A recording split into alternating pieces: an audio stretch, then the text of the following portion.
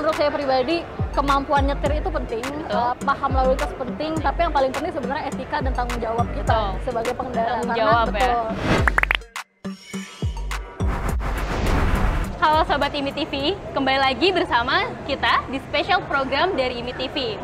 Nah, kalau tadi kita udah bahas banyak hal dari mulai roadside assistant, terus juga kita bahas mengenai asuransi tanggung jawab hukum. Kali ini kita mau coba bahas mengenai wanita dan dunia otomotif nih. Kita kehadiran bintang tamu kita, bintang tamu ya. Salah satu partner kita dari Zipay dengan Mbak Iva. Mungkin Mbak Iva boleh kenalan sedikit nih, Mbak. Ya. Halo Mbak Tania, teman-teman, saya Iva, saya COO dari Zipay. Kita adalah perusahaan jasa pembayaran kategori 1 yang saat ini sudah berpartner dengan Ikatan Motor Indonesia dan Gaspol. Oke, makasih Mbak Iva. Nah, Mbak Iva ini kan day to day selalu menggunakan mobil ya Mbak ya. Kira-kira nih, Mbak Iva sebagai pengguna mobil setiap hari, itu kendala apa sih Mbak yang sering kali terjadi gitu? Atau pengalamannya yang pernah? Iya, yang sebenarnya banyak banget sih, yang aneh-aneh tuh banyak banget. Bahkan saya sendiri akhirnya bingung gitu, ini gimana harus mengatasinya gitu ya. Mungkin pengalaman yang paling menarik, bukan paling menarik sih, mungkin yang salah satu berkesan, memorable kali ya gitu. Jadi waktu itu saya lagi nyetir, kebetulan sebenarnya nggak sendiri, tapi saya berdua sama kebetulan perempuan juga nih. Jadi sama-sama kalau misalkan dibilang ngerti atau enggak soal mobil ya, oke lah gitu. Enggak aja bisa nyetir. Betul, gitu. Enggak bisa nyetir dan memahami kondisi jalan dan peraturan lalu lintas tentunya gitu kan. Tapi memang pada saat itu ternyata sederhana sebenarnya Mbak. Tiba-tiba ban kita bocor, ban kempes. Pas kita cek ternyata memang ada paku di situ. Kita cek ban serep, berharap mungkin ya harusnya ban serep ada dan lain sebagainya ya. Pas kita cek ban serep ternyata ban serepnya ada, tapi juga kempes Mbak. Akhirnya kan kita bingung nih, maksudnya, wah ada ban serep tapi kempes. Betul. Berarti kan sebenarnya kita nggak ngecek juga mobilnya di awal, kondisi mobilnya dan lain sebagainya. Menurut saya itu akhirnya kita jadi kesulitan, kebingungan sendiri. Untung di situ ada orang passerby yang ya istilahnya bisa bantuin kita gitu. Jadi kita memang akhirnya dibantuin, bannya kita bawa dulu nih ke tempat isi angin. Akhirnya kita balik lagi, pun udah ada bannya, kita juga nggak bisa melakukan penggantian itu sendiri Mbak, gitu ya. Apalagi dua-duanya perempuan tadi. Sebenarnya kalau misalkan kita lihat prosesnya juga sebenarnya proses yang cukup sederhana ya. Maksudnya pasang dongkrak, ganti ban dan lain sebagainya itu kalau dilihat sih sederhana. Cuma karena kita mungkin nggak terbiasa atau tidak teredukasi, ya akhirnya kita nggak bisa ngapa-ngapain dan cuma bisa minta tolong gitu. Dan untungnya di situ ada orang yang bisa nolongin gitu. Jadi itu yang akhirnya ngebuat saya, wah bahaya nih, ini untung masih di jalan besar. Kalau misalkan lagi di jalan kecil, jalan yang sepi, apa yang bisa saya lakukan gitu? Saya harus telepon siapa dan lain sebagainya gitu sih. Oke, jadi sebenarnya kayak tadi ya, pengalaman kayak tadi, untung ada orang yang bisa dimintain tolong ya Mbak ya.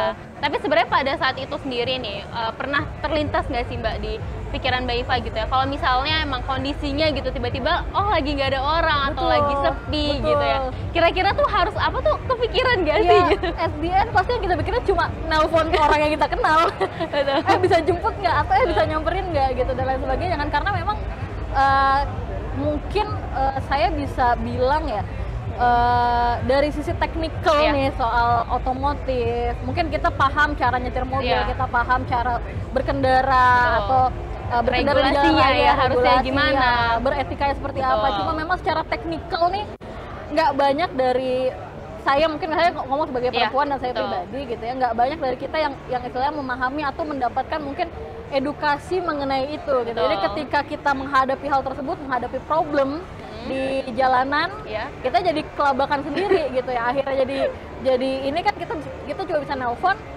orang yang kita kenal, orang terdekat yang kira-kira mau nyamperin nih gitu, untuk bantuin gitu. Jadi memang ya gitu sih. Jadi kalau tanya kepikiran apa yang harus dilakukan, sebenarnya pasti panik-panik juga. At the end yang bisa kita lakukan cuma hubungi orang terdekat gitu. Oke, nah itu kan kasusnya kalau misalnya tadi bannya kempes ya Mbak ya. Betul. Emang ada problem dari kendaraannya.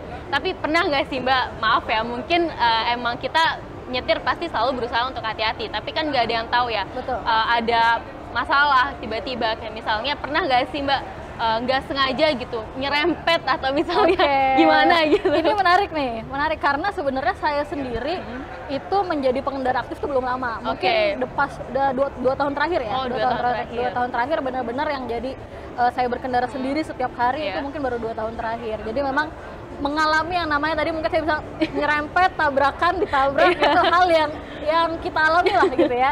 Jadi menarik nih karena saya pernah menjadi orang yang ditabrak. Oh, pernah ditabrak? Pernah ditabrak, tabrak belakang. Saya juga pernah jadi orang yang nyerempet kendaraan yang lagi parkir di pinggir jalan. Dan baru belajar ya? Betul, dan yang terakhir itu saya juga pernah adu ini sama motor, Mbak. Oh gitu, tapi untungnya memang alhamdulillah sih dari ketiga insiden tersebut nggak ada yang terlalu serius ya. Cuma memang secara pengalaman, betul, secara pengalaman saya pernah mengalami di posisi yang berbeda gitu loh, dan itu cukup menarik karena feelingnya beda-beda tuh, dan apa yang harus kita lakukan atau perasaannya atau kepanikannya juga berbeda-beda sebenarnya gitu. Nah tapi nih Mbak, waktu ngalamin kejadian-kejadian kayak tadi ini, misal tadi nggak sengaja nyerempet orang atau ketabrak dari belakang, nah terus biasanya tuh Mbak waktu itu pada saat itu gitu ya, itu gimana gitu? Pertanyaan yang menarik ya, karena mungkin yang kita sebagai pengendara juga harus aware gitu. Jadi kalau menurut saya pribadi, kemampuan nyetir itu penting, paham lalu lintas penting, tapi yang paling penting sebenarnya etika dan tanggung jawab kita sebagai pengendara. Karena kan kita berkendara di jalan nggak sendirian gitu ya. Jadi tetap paling penting tuh etika dan tanggung jawab. Jadi alhamdulillah ketika saya menjadi orang yang nyerempet mobil parkir waktu itu memang ya yang ada di dalam pikiran saya adalah saya harus nyamperin, atau saya harus berhenti, turun, bertanggung jawab gitu. Jadi memang karena itu posisinya waktu itu mobil parkir, jadi saya cuma bisa turun di situ, kebetulan ada tukang parkir. Saya ngeliat kerusakannya, ada lecet dan lain sebagainya. Terus ternyata dibantuin sama tukang parkirnya buat cari nih pemiliknya siapa. Gitu. Jadi ketika pemiliknya datang, saya sampaikan apa yang terjadi, dan ternyata memang pemiliknya saat itu juga, nggak apa-apa, nggak ada masalah gitu. Itu yang pertama. Nah, memang pada saat itu yang saya pikirkan hanya pokoknya gimana caranya saya harus turun dan ketemu sama yang punya untuk apapun bentuknya nanti tanggung jawabnya. Saya juga nggak ngerti itu kerusakan bakal separah apa, bakal seberapa besar. Cuma yang penting kan rasanya saya harus bertanggung jawab atas itu gitu loh. Nah, untungnya pada saat itu memang pemiliknya juga merasa ini nggak terlalu parah, nggak masalah. Saya juga waktu itu akhirnya cuma bisa, ya udah Pak, ini nomor handphone saya. Kalau misalkan memang nanti ada kendala lebih lanjut bisa hubungi saya. Gitu. Nah, itu yang pertama. Yang kedua juga ketika saya pengalaman beradu sama motor itu juga alhamdulillah tidak terlalu parah, memang tapi pemotornya jatuh, tapi setelah dicek tidak luka parah ya gitu. Nah itu juga yang pertama saya lakukan adalah ya berhenti turun dari mobil, nyamperin apa yang terjadi, dan waktu itu memang dari pengendara motornya request untuk dibawa ke dokter, saya antar ke dokter pada saat itu. Sama kondisinya saya juga nggak akan tahu, saya juga pada saat itu nggak tahu kerugiannya, mungkin kadang-kadang ada ketakutan, wah kalau misalnya ternyata gede banget, apa yang harus saya lakukan? Saya juga nggak ngerti banget karena at the end saya nggak mau berprasangka buruk ya, tapi mungkin akan ada aja orang-orang yang istilahnya memanfaatkan kesempatan gitu. Sedangkan kita sebagai perempuan nggak ngerti banget nih, ya kan, bisa aja ternyata kerusakan cuma A, terus dia mintanya B, C, D. Nah, itu kan jadi kan hal-hal kayak gitu yang kita nggak tahu ya. Cuma memang at the end yang saya pentingkan adalah ya niat pertamanya aja, niat kita baik untuk bertanggung jawab, ya udah gitu di situ. Nah, yang menarik nih yang terakhir nih, yang case saya ditabrak dari belakang. Gitu. Jadi saya waktu itu di tol Jor, lagi macet banget, jadi emang lagi slow speed. Dan itu mungkin orang belakang ngantuk ya, saya posisi di kanan, orang belakang ngantuk, saya ditabrak dari belakang, diseruduk dari belakang, dan itu suaranya cukup keras gitu kan. Jadi kayak saya cukup kaget, dan karena saya di kanan, jadi saya nggak langsung turun dari mobil. Saya langsung pengennya minggir dulu ke bahu jalan. Cuma memang karena kondisi yang macet itu tidak bisa terjadi dengan lancar ya Pak ya. Nah, pada saat itu setelah dia selesai nabrak itu dia tiba-tiba berjalan ke arah kiri saya. Gitu. Jadi saya ngeliat, ini orangnya mau nyamperin gitu. Nah, ternyata pada saat kita sudah sejajar, dia cuma dari dalam mobil cuma kayak sorry gitu kan, not even nurunin kaca jendela. Nah, pada saat itu saya langsung ngasih sinyal bahwa saya mau ngajak ke bahu jalan. Nah, ya udah saya udah kasih sinyal, ngajak ke bahu jalan, saya ke bahu jalan ternyata orangnya pergi gitu. Jadi itu agak wah kok gitu sih, emang apa yang akan saya lakukan gitu kan, saya coba pengen ngecek doang nih apa yang terjadi gitu kan. Nah jadi di situ mungkin ketika saya turun pun ngeliat memang agak penyok gitu kan pada saat itu, tapi ya udahlah, maksudnya memang orangnya seperti itu ya, saya bisa apa gitu. Cuma saya kadang-kadang berpikir nih, ketika saya jadi pengendara tuh hal yang pertama saya pikirin adalah gimana caranya saya bisa tanggung jawab kan. Betul. Tapi ketika saya menjadi saya korbannya, kenapa sih kira-kira orang-orang tuh takut atau mungkin mereka concern atau mungkin takut diomelin atau takut ribet segala macem gitu ya. Jadi mungkin mereka enggan untuk akhirnya turun dan ketemu sama si yang ditabrak gitu kan. Padahal sebenarnya kan intinya cuma pengen lihat kerusakannya, ya dan ada itikat baik ya, minimal minta maafnya dengan sopan gitu, turun dari mobil, bicara dulu, kan itu lebih enak ya Mbak ya. Jadi saya ngeliat di situ, oh ini mungkin jangan takut saya minta ganti rugi yang fantastis atau yang apa gitu, padahal kan sebenarnya niatnya bukan seperti itu gitu sih. Jadi ya pengalaman-pengalaman kayak gitu cukup menarik sih, dan itu sedikit banyak menyadarkan saya bahwa saya juga sebagai perempuan nih, walaupun udah bisa nyetir dan lain sebagainya, itu juga harus paling nggak paham atau mengenai ya hal-hal yang berhubungan dengan teknikal lah gitu ya. Secara garis besar aja tuh secara umum gitu. Dan buat saya sih kalau misalkan memang ada sesuatu yang istilahnya bisa menjadi solusi buat kita nih para perempuan, nanti perempuan mungkin ada laki-laki yang juga mungkin kurang paham dan sebagainya, itu mungkin hal yang bagus ya gitu. Nah makasih nih Mbak Iva udah cerita pengalamannya soal tadi pengalamannya berkendara dari yang bannya kempis lah, terus juga dari ditabrak, terus menabrak juga gitu. Menarik banget sih Mbak. Nah ngomong-ngomong soal solusi nih Mbak, kita dari Gaspol BIMI, dari Ikatan Motor Indonesia, kita punya solusi dari segala permasalahan itu Mbak. Jadi kita punya produk layanan, kita punya roda, roadside assistant, dan kita juga punya perisai. Perisai sendiri adalah tanggung jawab hukum pihak ketiga. Jadi misalnya tadi Mbak Iva ada nabrak mobil atau misalnya nggak sengaja nyerempet orang gitu, itu bisa ganti rugi kendaraannya itu. Kendaraannya bisa, terus misalnya tadi bawa orang berobat ke rumah sakit bisa klaim pakai asuransi perisai. Nah, mungkin pasti kalau dengar asuransi gitu, pasti bertanya-tanya Mbak, kira-kira berapa harganya? Iya pasti. Gitu kan. Apalagi kalau misalkan ngomong tabrakan dan lain sebagainya, kan kerugiannya juga kadang-kadang nggak kecil ya Mbak. Gitu. Jadi kira-kira seperti apa sih yang namanya asuransi ini? Perisai.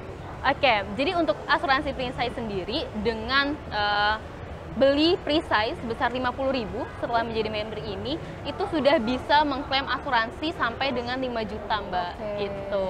Jadi nggak terlalu besar sebenarnya. Betul, malah terhitungnya 50.000 doang Mbak. Tadi Mbak Iva ditabrak, mobilnya penyok, kena berapa tuh? Ya segitu. Nah kalau misalnya sampai kejadian kayak gitu, ya amit-amit sih ya Mbak ya, tapi kalau misalnya ada kayak gitu kan kita bisa mencegah nih, kita bisa bertanggung jawab, kita nggak perlu tabrak lari lah segala macam gitu.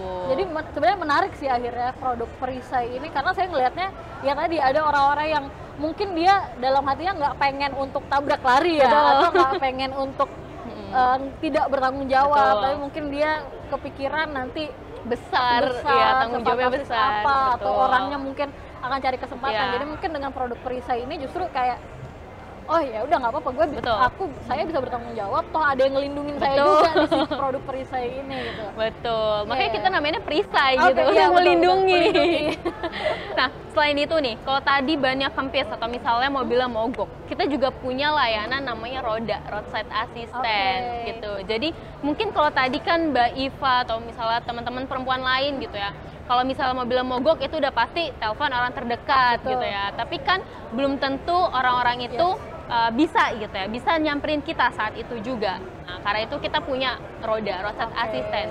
Kalau tadi perisai cuma 50.000, untuk roadside assistant itu 30.000. Wow, udah bisa terjangkau ya. Betul, udah bisa towing sampai dengan 30 km untuk motor. Untuk mobil bisa sampai 50 km. Oh jadi sangat terjangkau. Motor juga untuk motor juga bisa. Ini ya. Betul. Menarik. Jadi teman-teman pengguna otomotif maupun pengguna motor ataupun mobil itu nggak perlu khawatir lagi karena kita ada program roda gitu, Mbak. Menarik banget nih. Gitu, nah, roda sendiri itu juga untuk pembayarannya itu dilakukan di aplikasi kita. Pakai payment dari Zipay. Iya. Jadi memang dari tahun 2022 akhir ke 2023 awal itu memang kita sudah bekerja sama juga dengan Gaspol dan Ikatan Motor Indonesia dalam proses development aplikasinya, dan kita menjadikan untuk paymentnya. Jadi memang kemudahan teman-teman nanti teman-teman atau pengendara-pengendara di Indonesia ini untuk mengakses produk-produk seperti produk perisai dan produk roda tadi memang jauh lebih mudah dengan kesediaan digital payment langsung di aplikasinya gitu. Jadi nggak perlu lagi bayar transfer lewat mana dan lewat mana gitu ya. Jadi memang langsung tersedia di aplikasi. Oke, jadi lebih mudah ya, Mbak ya. Betul. Cukup menarik sih karena tadi kita banyak masukan gitu. Kita bisa melihat gitu. Gimana sih pengalaman berkendara dari seorang perempuan khususnya Mbak ya, yang punya stigma kalau misalnya perempuan kalau misalnya berkendara asal-asalan, atau mungkin perempuan kalau berkendara sendiri nggak ngerti apa-apa, bingung, merepotkan pasti gitu ya stigmanya gitu. Nah, dengan adanya roda dan perisai ini itu bisa menjawab semua kebutuhan dari pengguna kendaraan. Oke, terima kasih Mbak Iva untuk waktunya hari ini. Terima kasih sudah diundang. Iya. Terima kasih untuk Sobat IMI TV. Sampai bertemu lagi di podcast selanjutnya.